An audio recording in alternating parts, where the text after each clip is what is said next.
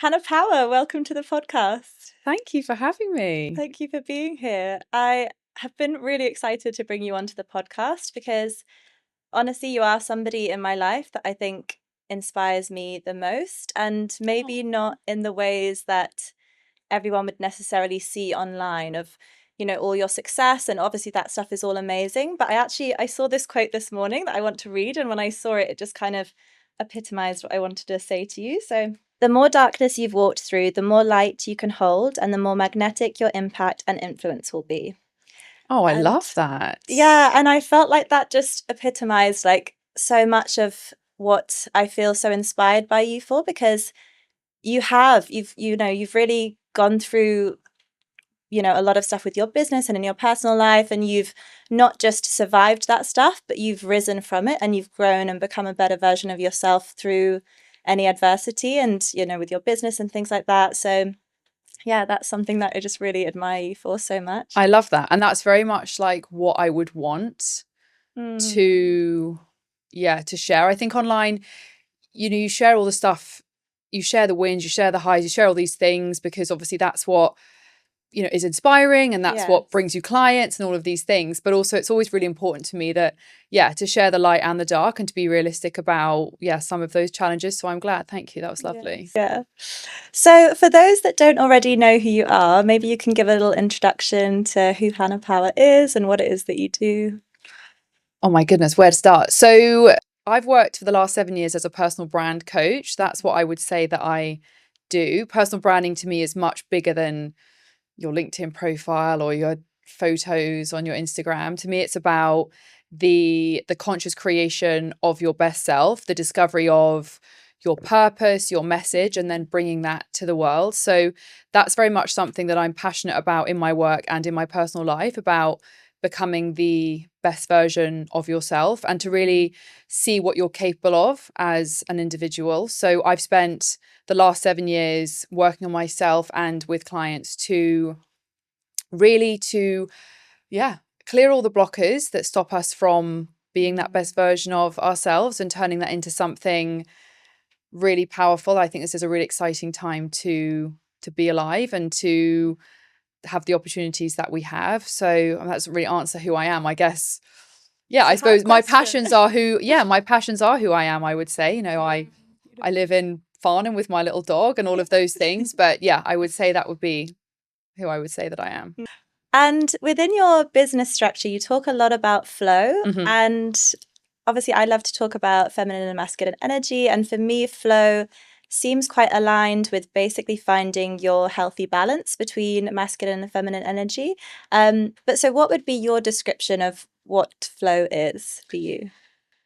So the same really as what you would say. So a business, it's very easy to think of when a business is in flow, when a person is in flow, when a relationship is in flow, that just means it's working without even having a definition of what flow is. It just means it's working. Yes. And above that, it's magnetic. It's bringing clients in. It's it's working in that way. All of that sort of thing. And most businesses and individuals are not in flow. They are pushing up against a very steep hill, or things are just not moving. And when I work with my clients to get their businesses into flow, I start with getting them into flow and then their businesses into flow. And I do look at it also as a balance of masculine and feminine energy. Masculine being the systems, the structures, the strategies, the action, the discipline, and the feminine being the ideas, the creativity, the rest, and setting your life up and your business up to have a healthy balance of those things. Yes. And most clients are leaning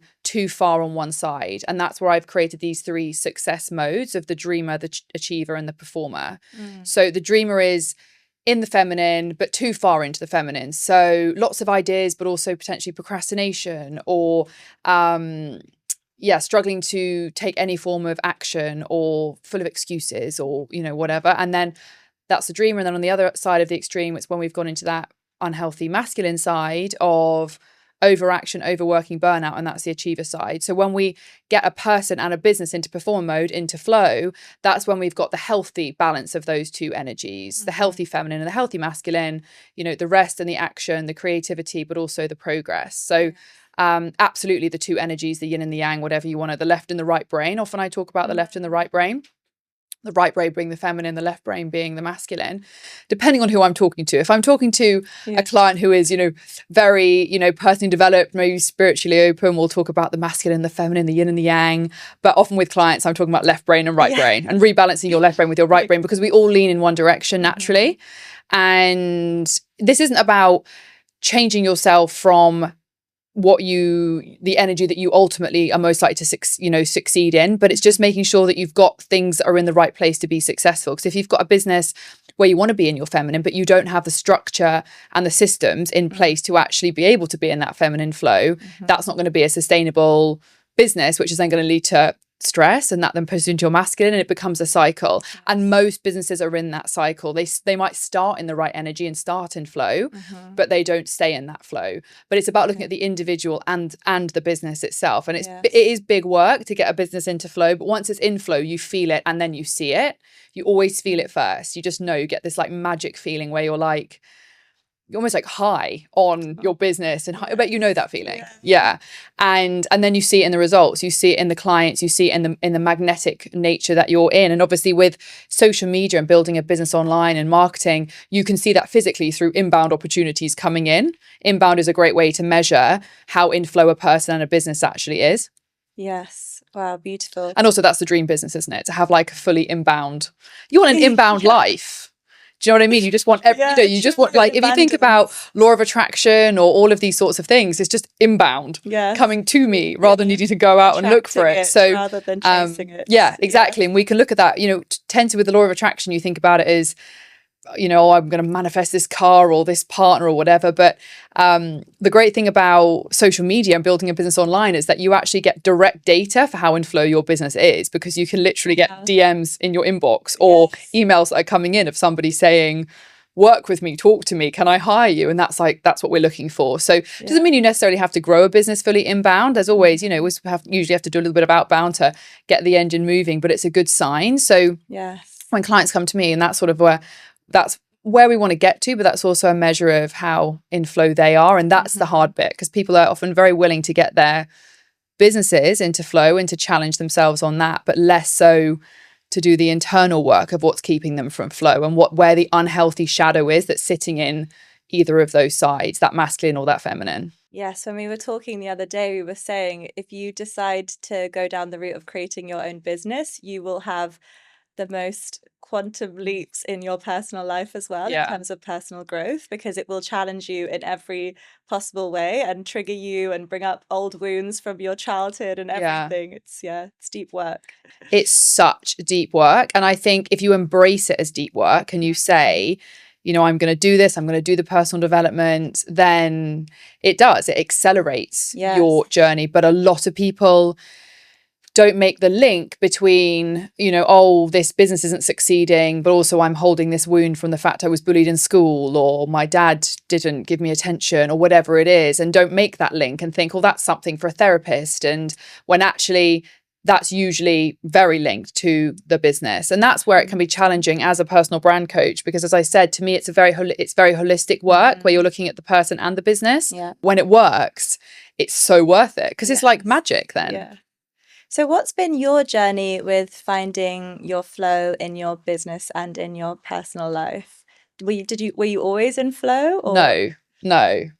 I think I was not always in flow. Definitely not. I think I had moments of flow, but I wouldn't say that I was living in an always state of flow. I had some flow in school and some moments of, flow in that way. But when I started my career, I very quickly saw that the job that I was doing was just not going to enable me to live the life that I really wanted. And both in terms of the impact I wanted to have, the lifestyle I wanted to have, the income I wanted to make, and the experience of life, how I wanted to feel about life. So I left the corporate world in 2025, moved over to Bali, and that's when I decided to start my own business. But I'd been very resistant of that because I'd grown up with entrepreneurial parents, which had been amazing in some ways, but challenging in other ways.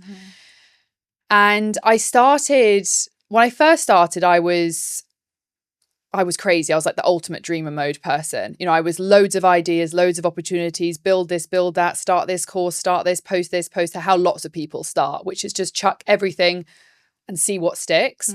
And then I got myself into like quite a big chunk of debt quite quickly, because I think being that the dreamer mode energy is often, a lot of ADHD people live in dreamer mode, often quite open to risk taking, quite impulsive. So, you know, I was like, I'm going to do this, and I would get some debt and all of that. And I would do that. And I ended up in like, I don't know, 20 grand's worth of debt after about 6 months. I was a bit like, hold on a minute, this is not probably quite right. I brought lots of money in actually, but it had gone out and it was all a bit chaos. So I went like, I just kind of paused everything. And I really, to be honest, I had just gone through a load of personal healing after a trauma that I'd gone through. And I was very connected to my intuition. And I really was led to different courses and different books. And I didn't have much money to invest at that stage. So I did it all very low ticket at the time, and started to really understand, you know, the kind of ikigai type stuff of, you know, what do you really love doing? What are you the best at? What does the world need? And landed on this area of personal branding, and thought, you know, this is a thing that, because I'd already done a lot of that work before on the side, just because of the upbringing I'd had and what my mum and dad did. And I thought, oh, I'm going to do this. I'm going to build a business around this. And at the time I knew I wanted to be a coach. But once I decided I wanted to be a coach, because I love the thought of helping people achieve goals, which is what a coach does, I thought, fabulous, what a great job. I can't believe that is a job. I need a niche within that, and landed on personal branding. And actually, when I first started, I had so much flow. I really was a bit of a wanker, really, with how in flow I was straight away. But then I think what happens is, you start something, you go along a level, and then maybe if you stay on that level forever, and you'll stay in that level of flow. But if you want to go up to the next level, you then usually activate some sort of blocker, and it might be an internal blocker, like a wound or something you need to heal, or an external blocker, which is like a habit or a behavior. And I had very, very big dreams, the dreamer mode, you know, what we often do. And I started to go up and try to go up these levels in different ways, and hit block after block after block. And then I spent the next 4 years cycling between dreamer and achiever, and overworking, and then going to total chaos, and then jumping around. And it was only in 2023, when I kind of burnt everything to the ground for the third time, that I like stopped and tried to work out, why were so many of my clients so successful but I wasn't? You know, where was this core, what was my core block that was keeping me really from my flow? And really found some stuff that was sitting in ego. Started to build my relationship with God, as we've spoken about before, and then started to really find my flow, and started to really, to be honest, like pretend to have the performer is this balance of, you know, action and rest, faith, you know, surrender and discipline, you know. And I had really struggled with all of those things. I struggled with the discipline, I struggled with the action, but I'd also struggled with the faith and the surrender, and not being, you know, that's the achiever energy, the control. Yes. So I thought, I know that I understand this theory. I've spent 7 years, or 6 years at the time, building this, studying this, you know, this system of success that I had built with these dream achiever performer and these 12 pillars that make up flow. And I'm not living by them. So I thought, I'm going to have to just pretend to live by them, even though I don't feel like I can. It's hard to explain, really. But gradually life started to work, and the flow came back. And then, so I'd say I've been in flow for probably 2 years in November, that I would say I really found my flow. And as I said, you feel it first, and then you see it. And I would say now I see it more and more and more. And it's just amazing, because it's just flowing without pushing further. If anything, now the more I take my foot off the gas, the more that comes in. But I say it took me probably about 10 years to truly find it, and then be able to sustain it. And that's the key thing, is being able to sustain it.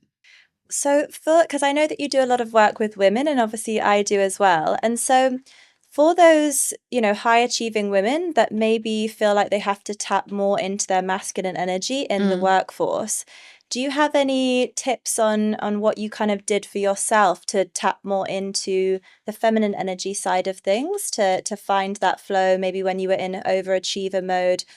In what ways did you kind of bring yourself into flow more by tapping more into your feminine energy? I think the first thing, and this is what most like really high achieving women don't want to do is to start with loads of rest, loads of not doing. Yes. Because the thing is that as women, you know, we do have, and as men as well, men have, you know, their gut. We have, you know, I think gut sounds quite masculine and intuition sounds quite feminine. You know, we do have an intuition that does really know what we love doing, what we're the best at doing, what we feel in flow doing. Normally people say, I don't know what my flow is, but you only normally have to ask them a couple of questions to start to discover what really is their flow and what they would really love to do. But because we get so used to building up limiting beliefs and, you know, reasons we can't do that, only by resting and stopping. And by resting, I don't mean lying on the sofa and like rotting in front of the TV. I mean like being in a state of like peace. And I don't mean meditating. I've done very little meditation. I find it very difficult to meditate. For me, it would be walks like without my phone. I've just spent like thousands of hours. My brother and I always talk about that, just like walking without any stimulation and starting by doing that and letting that voice come through. And then starting to identify, what does that state look like, your dream life? What does that look like? But also, more importantly, what does it feel like? And initially, when you think about a dream life, everyone always lists off, including myself, you know, I need to, you know, have this, live here, do this, do that. We have this list of like external criteria of things that we think are going to make up our dream life. And that's fine. But once you've stated all of that stuff, then it's about defining how you really want to feel. And then working out the gap between where you are now and that feeling. And that's then where the work is. And then to do the feeling, because to feel is, you know, that is a feminine thing to do, to feel. So yeah, to rest and be in peace, set that dream, turn that dream into a feeling, and then work out what that gap is, and then start to heal. I honestly wish I'd done more of the healing work before I had maybe started going so full throttle. And then yeah, learning not to define, you know, mostly highly ambitious women, high achieving women usually have high self-esteem and very low self-worth. So our self-love is made up of these two parts. We talked about this the other day, your self-esteem and your self-worth. Your self-esteem is what you build that by doing things, by achieving things, and it's important to do that. But your self-worth on the other side is the self-love that you have for yourself just as you are, with nothing, with no achievements, with no, you know, perfectly tidy house or perfect outfit or perfect body. It's just who you are as you are. And high achieving women have normally built their self-love through self-esteem, but not built that self-worth. So it's like this huge gap.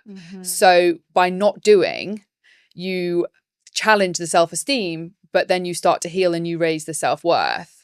And then you start to step into, you start to feel more comfortable as you are. And the thing is, the feminine energy is about receiving, about, you know, about creating, about letting go. And there's so many things that we like letting go, like surrendering control. These are all things that then we just start to practice. You know, you just start practicing it. Oh, actually, I'm just going to let my house be messy when I have a friend over, for example. I found that so hard, you know, at first, even just like being like, oh, I'm just going to have a messy house, when someone, wasn't even that messy, but just like, you know, like, you know, now, like I hate doing my washing up, right? So I just like leave it way too long to do my washing up. But back in the day, I would never have done that, because everything needs to be perfect. Everything needs to be into control.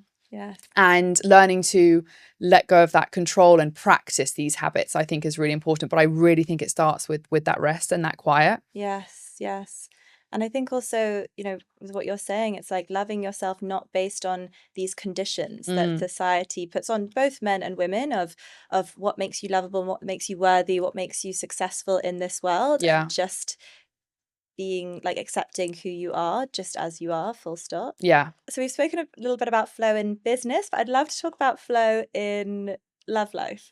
So in what ways do you see flow showing up in your kind of personal life, in love? And is that something you've worked on?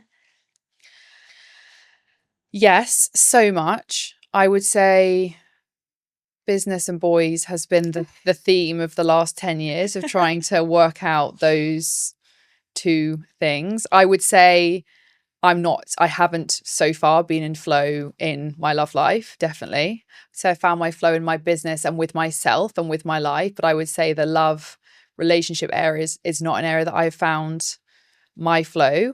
When I was young, I was very insecure. That started when I was quite young. I think I was about 10 years old when I first started to feel self-conscious about the way that I looked and those sorts of things. And when I was 16, I had my first heartbreak, which I've recently done some healing on. I was telling you about yesterday, recently done, and realized how much that created this really fear-based, like, abandonment wound, which then I've taken into all following relationships. And I think that insecurity has led me into relationships when I was younger that weren't right for me. And then more recently, as I've been older, I've been in relationships where I've been quite in my masculine because of being so, driven and ambitious and self-sufficient. I've had my own house and my own business since I was 26 and taken care of myself and been very in that, masculine. I think I've attracted men that were potentially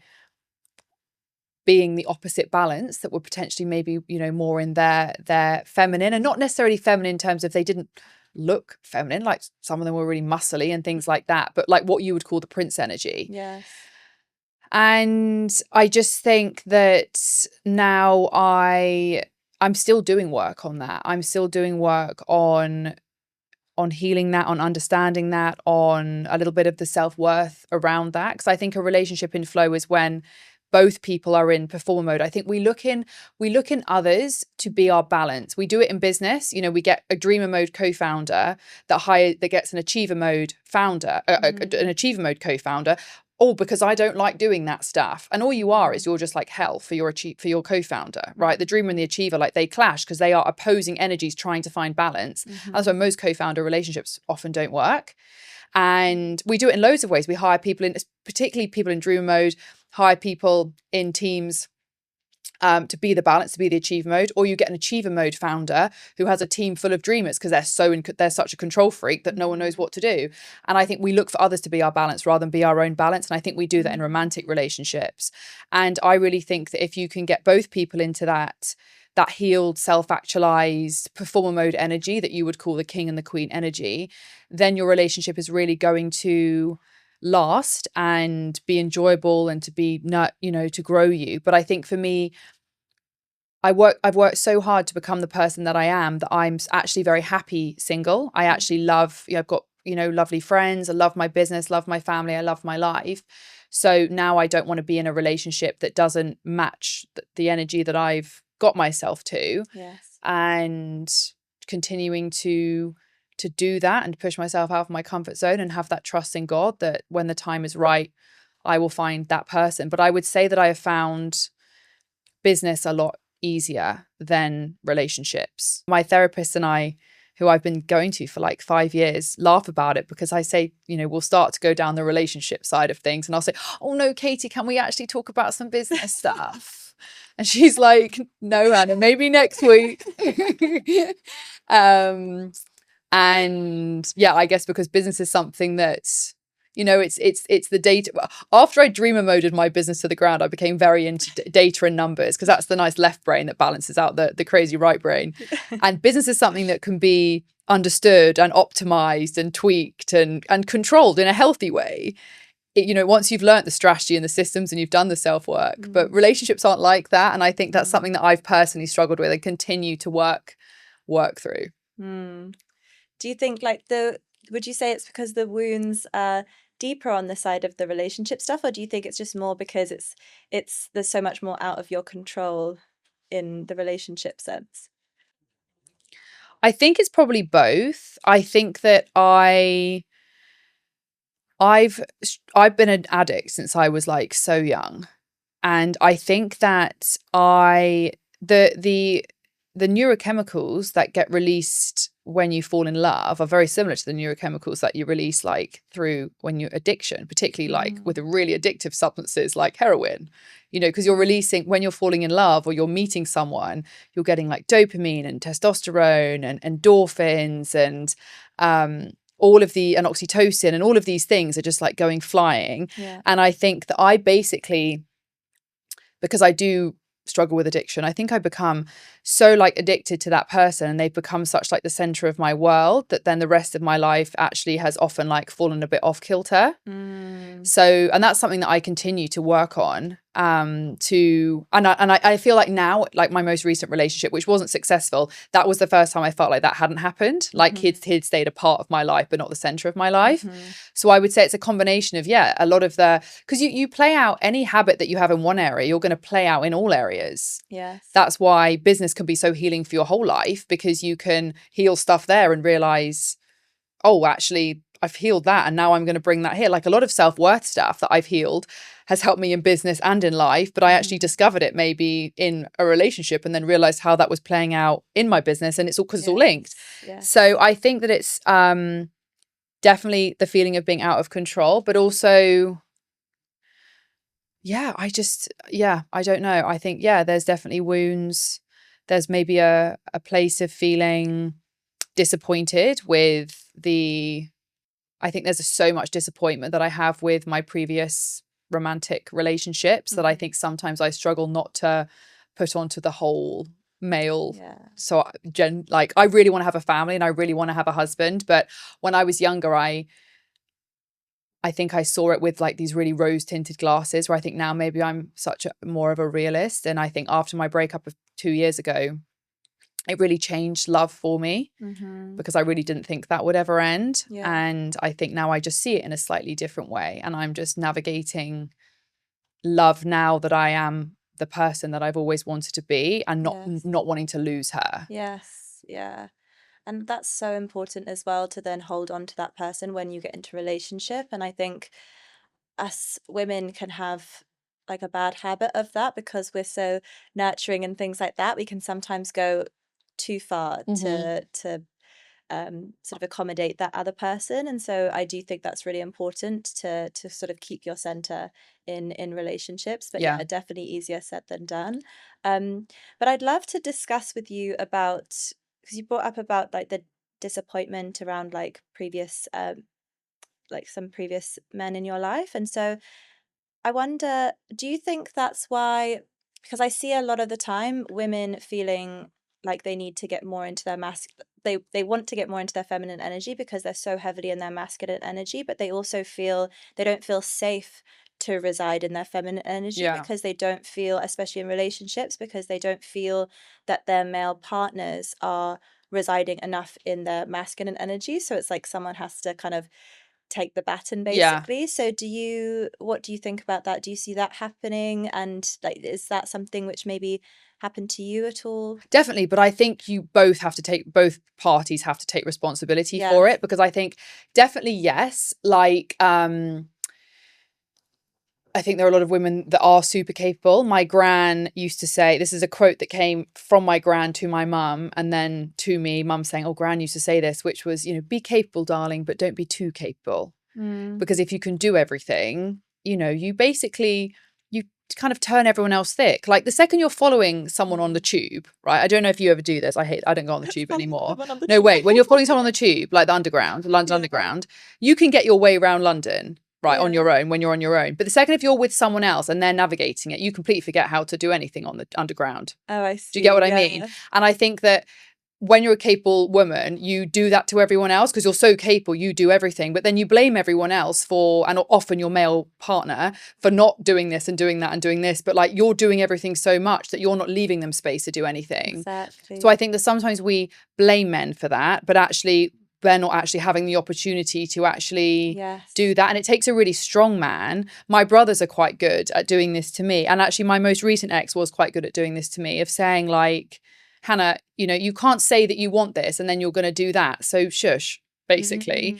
And that was really good for me to actually have someone to go. And I think sometimes when you have been so capable and you're like maybe the eldest daughter like I am and all of that, you get so used to doing it that you actually, when you get put in your place, you're like, oh, this is so nice. I love this. Yes, I will be a good girl. And I will not like. So I think that, yes, I think that there is a feeling of women don't feel that they can be in their feminine because of the masculine, but also I think they're not giving the man the chance Yes. to be able to be in his masculine. And again, that's the practice thing. I think we have to practice all of these behaviors. I think that's how you shift a behavior is first of all having the awareness of it, and then doing the healing as to why it's been created that way, and then just practicing doing it and practicing allowing the man, because I think we think that there's like a strength in being able to do everything when actually there's real strength in vulnerability and softness. 100%. And I think but yes, you do have to be in the environment where the man creates that space for you as well. And I think the more capable, the stronger the woman, the more capable, stronger the man is going to need to be able to do that. And I think that I think we've got ourselves into a bit of a bad place as a generalize male and female genders, but I actually think it's both people's responsibility to rebalance that. Doesn't matter whose fault it is that we got here. I think we really all need to like let go of that. I think everyone's so obsessed with why we got here and the reason for this, and I'm angry about this, and we're balancing this, and the patriarchy this, and all of I think we have to let go of all of that and just go, well, here we are, what are we going to do about it? And that's how I try to live my life in every single way, whether that is in the business or in my personal life. If actually, let's not worry too much about what got us here unless we can change that, unless that's useful information. But actually, what can we do about it? And I think that we need to have some more open and more conversations where people are in relationships, where people are like, my mum and dad have navigated this recently, because mum can go into her masculine, that can push dad into his feminine a little bit, in terms of not feminine but more passive role.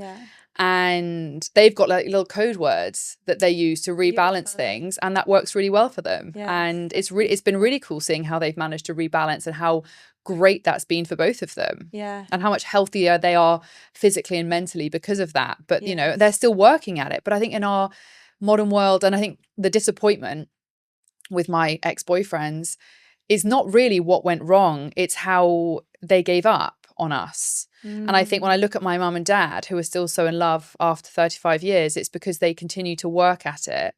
And I think we just go, oh, this woman's gone into her masculine, he's gone into his feminine, fuck that off and let's move on. When actually we need to have these conversations and work on this together and then progress forward. But we see relationships as so disposable now. And I think that's what's, for me, that's when I say the disappointment, that's what it is how quickly it's been giving up when it's got hard, because that's not how I am. I would have stayed with, and I'm glad I didn't stay with all of my exes, but I would have stayed with all of them through those bad times because I loved them that much that I wanted to move through that. But it seemed to be very much like, this is too hard, I'm going to run away. I think the whole like instant gratification culture that we're living in definitely has had an effect on then how people then act in relationships, and even with the dating apps and things like that, how disposable people can become through those things. But I'd love to just circle back slightly to, because you were talking about how with it's up to the woman as well to sort of take a step back and not take that leadership role, to then allow the masculine, the man, to then step into more of a leadership role. And I think what I hear from women a lot is that the lack of safety that they feel within that to do that. But as you mentioned before, we can't be outsourcing all of this stuff to our partner, because we have these voids within us, and that comes in the form of safety as well. And so I think in those situations, I understand that for women who typically, prefer to control the situations, probably because of past traumas or things like that, for them, it might feel a bit nerve-wracking to do that, or very scary to do that. But actually, if they can work on creating the safety within their internal world, that no matter what happens, they will feel safe within themselves, I think that can be a way for them to be able to sort of release their like tight grip of control a little bit in the relationship, and allow, and because he might mess up the first times, he might decide on a restaurant that you really don't want to go to or things like that, but that's okay, because you can keep yourself safe, and that you don't need to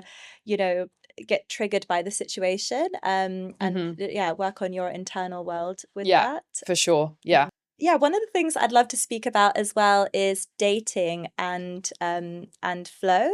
And so in what ways do you feel like flow can show up with dating with women and men in terms of like the masculine and the feminine of, yeah, chasing and as opposed to attracting partnership into your life as a woman?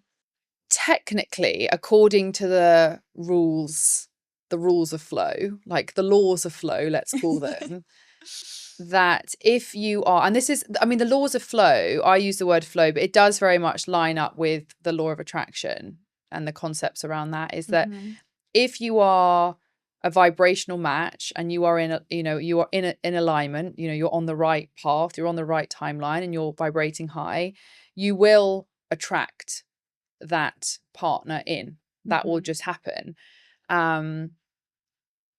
That's what that's what the rules say, right? That's what the law says.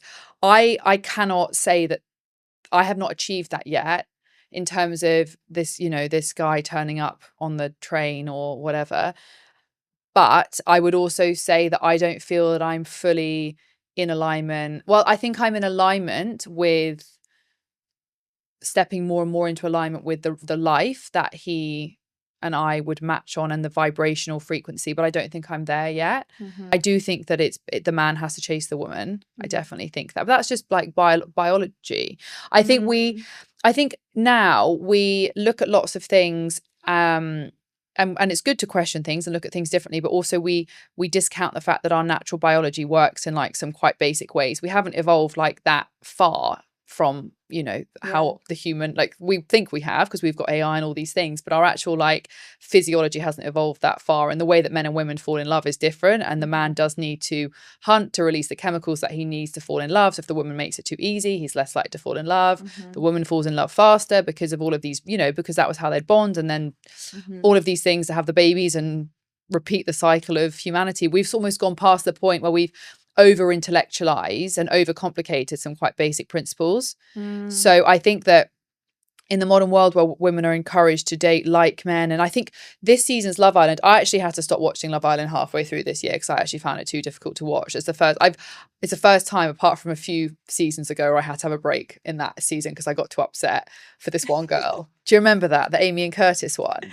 No, Oh my gosh, I couldn't watch it. I cried for like so many episodes. I had to stop watching it. But I think this year on Love Island, I think it was the biggest example that we've seen where how men and women have become like treating dating in so the same way. The women had this almost the same level of flippancy and almost like aggression to dating. And I just thought, oh no, that's just not right. But you can see that why we think that that's right, because it's all about equality. And I do believe in equality, but I also believe that men and women are different. I think we're equal, but we're different. And I think there's a bit where we've confused things between equality and the fact we're just actually different, and we're losing some of those things that make us different. And then we're not in flow as a general society in this way. So I think that when it comes to dating, it is about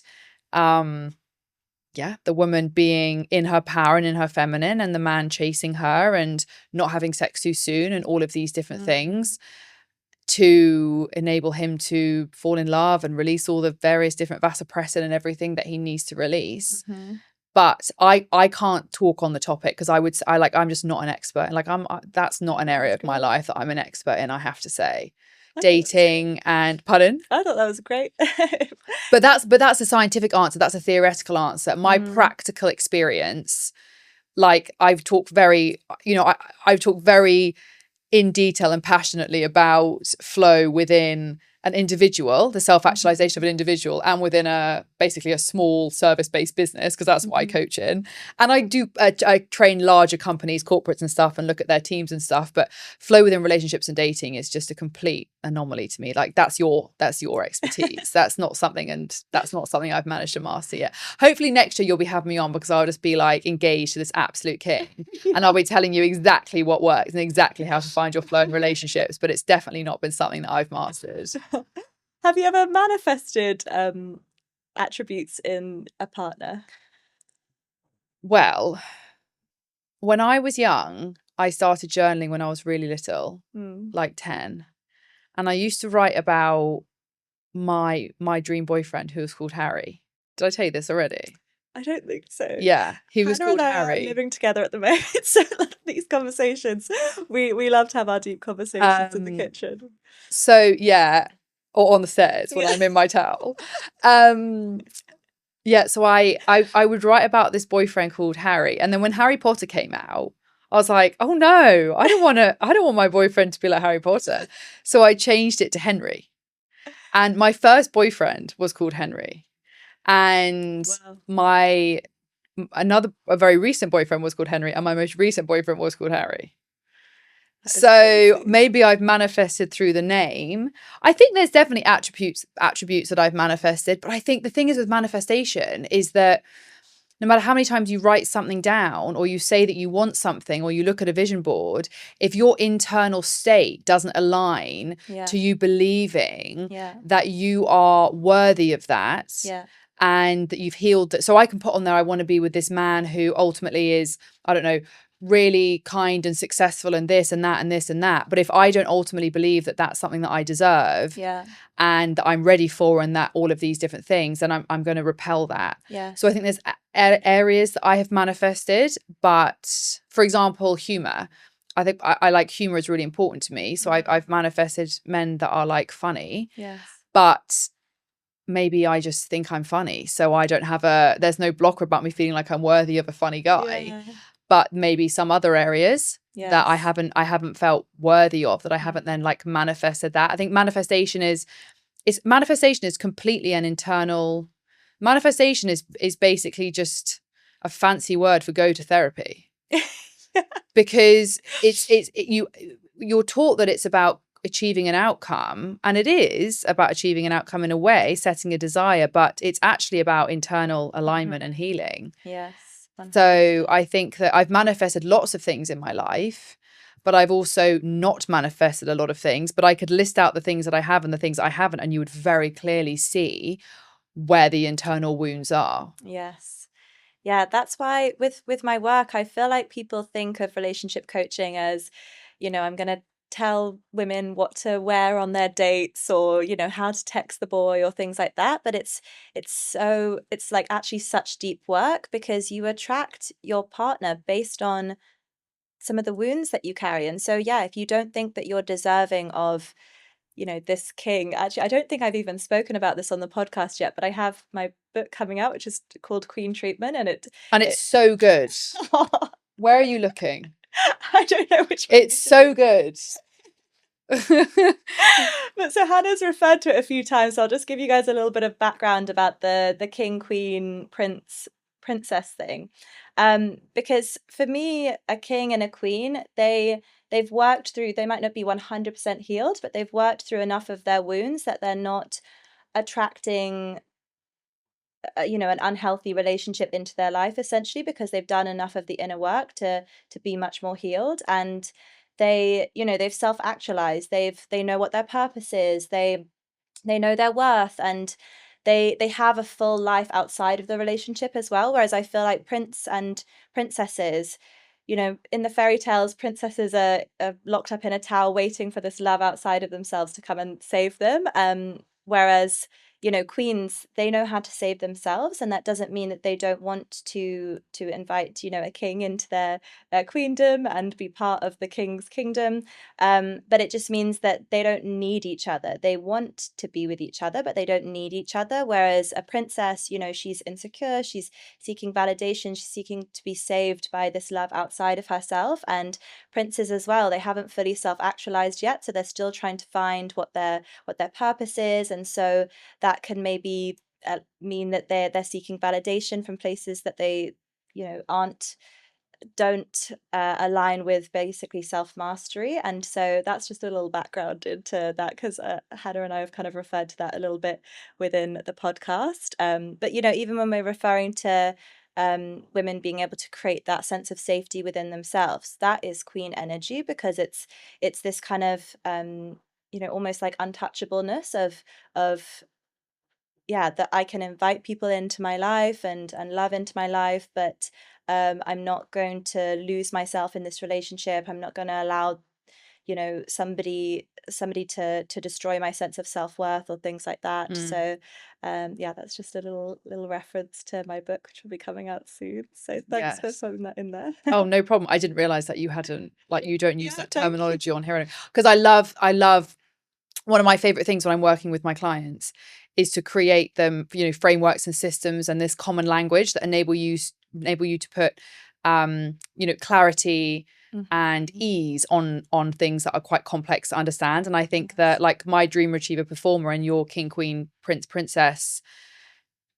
framework is really powerful because everything starts with awareness. And these things help people to have the awareness of where they are. And if you can identify that, then you can know what you need to do. But so often you don't really know where to start, particularly with this overwhelming amount of information that we have coming at us now. Yeah. It's really hard to go, okay, well, I know that I'm fucked, but where do I start to be unfucked? Yeah.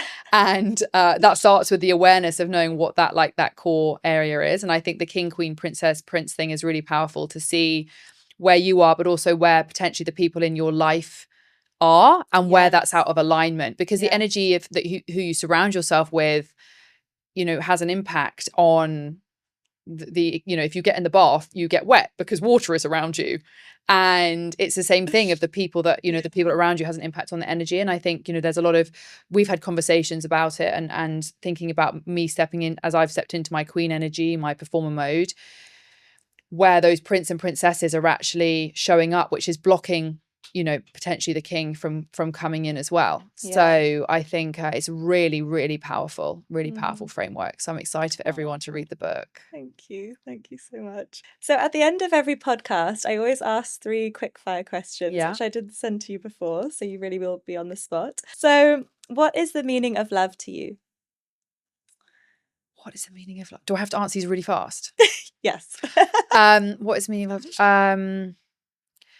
Peace, joy, calm, a peaceful, joyful, calm, connected excitement where you feel completely present and exactly where you're supposed to be. It's beautiful.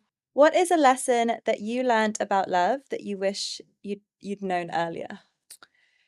That until you've healed your self-worth, you will never attract the right person into your life. And there was a poignant moment in my life where an ex-boyfriend did one thing and it was completely transformational for every aspect of my life, business, friendships, romantic relationships, because I was so shocked by this.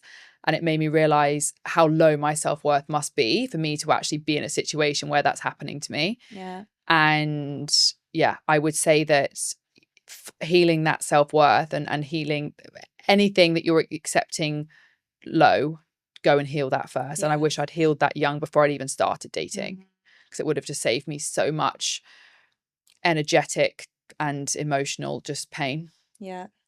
And I think that's so beautiful, because you're basically describing that you, again, what I referred to at the beginning of the podcast, how you've taken any adversity that's happened in your life and you have learnt the lesson of what it was teaching you about wounds that you needed to heal or things like that. Not to place blame on yourself, but just to take heal. responsibility. Exactly. Because it's so depressing to have things happen to you and think you have no control over them. Yes. How depressing. Yeah. Because I wasn't traditionally lucky in things like that. I was lucky with the family I was born into because they're lovely, but other things, like it didn't just flow for me. It wasn't just easy. Like my little brother walked in the light, like things just worked for him. And I had friends that did, but that wasn't for me. I was the person that would not get the last parking space in the thing. And then, I don't know, my brother would turn up and somebody would pull out and he'd get the last parking space. So I love the fact that every challenge that we're presented with is an opportunity to grow and learn. Because now I'm so lucky. Now the whole bloody car park's empty for me. I park anywhere I want. But I've created that by raising my energy, by healing. So thank God we can take responsibility and learn and grow and evolve from these things that happen to us. Otherwise, life is so depressing. But that's a choice. That is a choice. To make that choice in that moment of, because I think it's much easier to just play the victim in these situations. If you look at your love life, I spent so many years just thinking I was the victim of circumstances and I can't do anything about this. And actually then when you take back some level of responsibility and say, okay, well, I know that I can work on my internal environment and becoming this best version of myself so that I can attract someone who is my equal as the best version of myself.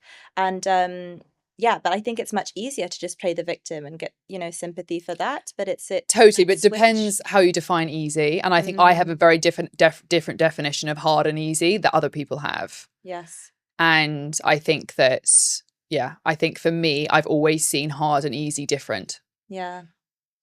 Because you see the fulfillment and the because I see something as, but this is how it's going to be for the rest of my life.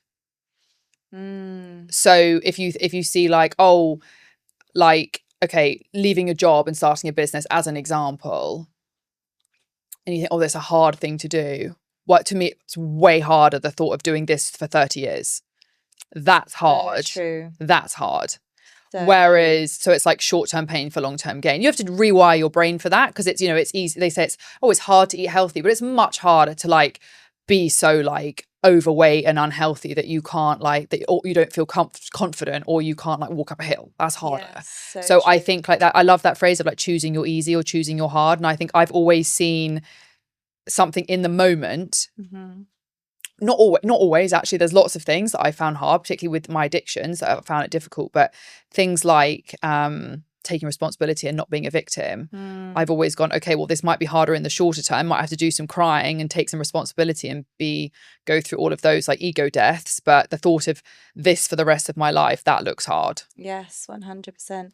Yeah, I talk about this with walking away from unhealthy relationships as well, because yeah, it can be so painful to walk away from a relationship. Even when you know it's the wrong relationship for you, it can still be so painful to walk away. But what's so much more painful is to remain in a relationship where you feel unseen, unheard, unappreciated, unloved. That is so much more painful. Yeah, and again, the hard is different. Like, yeah, there's the hard of being sad after a breakup. But the hard of being in the wrong relationship and feeling so out of alignment, and that like constant on edge of, am I going to be disappointed, or is this going to happen, or whatever. Like, to me, I would actually rather be like sad, like eating like golden syrup on ice cream, watching Bridget Jones on the sofa, crying to my mum. I prefer that hard than that like discomfort of being in the wrong relationship. So I think it's like, we look at easy and hard as these very linear things, but actually, like, if we actually lay things out, the hard, they both look hard. Both options are hard. So just pick the one that in the long run is going to bring you a nicer outcome. And that's what I've done. And you do have to train yourself to do it. But now, like, I don't even find it hard to do, because I'm like, oh my gosh, I never want to have to do this thing again. Yes, yeah. But I do agree. I think it's a rewiring of the brain, because we, typically our nervous system will prefer to go for the familiar, even if it's less enjoyable, actually, or even less safe, than the unfamiliar, which could be beyond our wildest dreams, but it's unfamiliar. So, but for most people, if you stop numbing yourself with alcohol or drugs or food or vaping or scrolling on your phone, if you stop the things that are numbing, then you realize it actually is harder.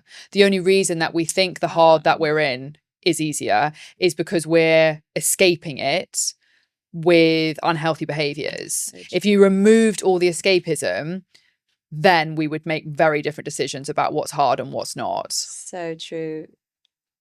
So true. So yeah, and that's the majority of people. And again, I was like that. Yeah, I think most people are. I think that's, we're very indoctrinated into going for all of the escapism route rather than doing the deep work on ourselves. It's not easy to face yourself. No. So no, but it's so worth it. Definitely. Like, now every day of my life. And I think because, as you say, when you started this conversation, you talked about, going through the darkness to find the light. Like, I've waded through so much darkness, like so much darkness, some darkness that I thought I wasn't going to survive. And now every single day I'm like, I can't believe this is my life. And it's not even like I'm flying on a private jet to here or there. Like, I could just be walking Bailey and getting a coffee and coming home and replying to some messages. But my overall picture of my life, my overall internal state, my excitement for the future, my peace in the present is so high that I'm like, oh my gosh, I am. And it's because, and I'm like, I'm so happy. And I think back to all those Hannahs and I'm like, oh, thank you so much. I was honest to see a photo of myself, like even from a few years ago. And I'm just literally like, oh my God, thank you so much. Thank you. Wow, that's so beautiful. And I really get that with photos. I just can't, like, I'm so grateful that I did that, because now, yeah, my life just gets easier and easier and more in flow and more in flow. But it wasn't, as I said, I wasn't born that way. I was born, I would say I was pretty out of flow. And well, I was probably born in flow. We're all born in flow, but life then kicks us around a bit. Yeah. And now, yeah, but anyone can find it. Yeah. Anyone can find that flow. And I'm just really excited now for what else the flow is going to bring, and just like trust the timing of that. Yeah. Yeah. I love you saying not a very good quick fire answer. Just we've probably got overtime now. Okay. But final question, is there any person, any people, any place or anything that you would love to give love to on this podcast right here, right now? You, 100%. First of all, Moni and I, for those listening, Moni and I have known each other loosely for actually a very long time. We met when we were about 15, 16 probably, but very loosely knew each other, and then have connected. We connected in COVID, but online, and then this year have connected, and we're like soulmates in some weird ways, aren't we? Like, we just keep finding more things, and it's like so crazy how aligned we are. And I haven't got like that many friends who are as similar mindset and thinking and interests and passions. So yeah, I would definitely say, yeah, definitely you. And yeah, such a gift, like one of my biggest like blessings definitely from this year and at the moment in my life when I'm thinking about the things that are making me happy. And I know. And then I would say my team, definitely the team of people that work for me at the moment in my business, and they're like relentless support and positivity and belief. And my clients, oh my gosh, I go on my family. Yeah, I'll put you as my central one. And I'm honestly not just saying that. Like, I think if someone else asked me that on a podcast, I would pick you as well. So that's not just because you're sat in front of me. Thank you. I'm gonna give you a hug. Oh, that's nice. And final question, where can people find you online? Oh, the absolute biggest question I always say to my clients, you have to get this right. When you're going on your podcast, you have to get this right. Got to get this bang on. Honestly, I would say Instagram is the best place. Hannah I Power. I would say that's the best place to find me. That's like the central hub at the moment. But yeah, amazing. I would say there. Well, thank you so much for sharing your wisdom with everyone and being here with us today. Thank you. I loved it. I love you. I love you too.